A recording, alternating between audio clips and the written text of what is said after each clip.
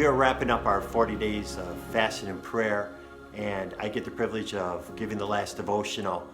Incredible time. And I just want to look one more time at the word stand. And actually this is a negative connotation. And to give you some background of it, is Absalom has rebelled against his father David. An incredible battle happened. Absalom is now dead. Joab, the head of David's army, wants to get a message back to David. And how they did that was marathon runners. They would give the message to a runner, he would take off running. And the story is actually in 2 Samuel chapter 18. And this is what happened. Zadok's son, Ahimaaz, I believe is how it's pronounced, said, "Let me run with the message." And Joab said, "No, you're not the one to do it at this time." And he gave it to a nameless Ethiopian. Well, Ahimaaz continued to complain. And so Joab just said, "Go ahead and run." And Ahimaaz outran the Ethiopian and got to David first. And that is the message right there, is Ahimaaz obviously had more talents than the Ethiopian. And we can sit that in our own life and say, well, I have more talents. Why doesn't God use me in this way? Why is he using that person there? But you know what? There's a bigger picture that sometimes we don't understand. Because look at this. Ahimaaz got to David and said, "Hey, your enemies are all defeated." David asked, "What about Absalom? What happened?"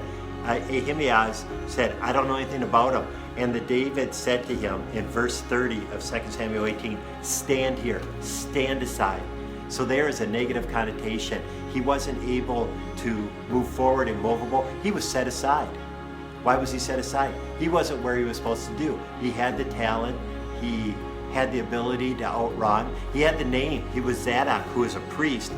That was his dad. He had the name, but it wasn't what he was called to do. Joab said, "Don't do it." You know what, people? Just because we have a talent doesn't mean we should run ahead. Just because we feel that we're able to do this, we still have to learn to wait on God and find out, what do you have for me to do?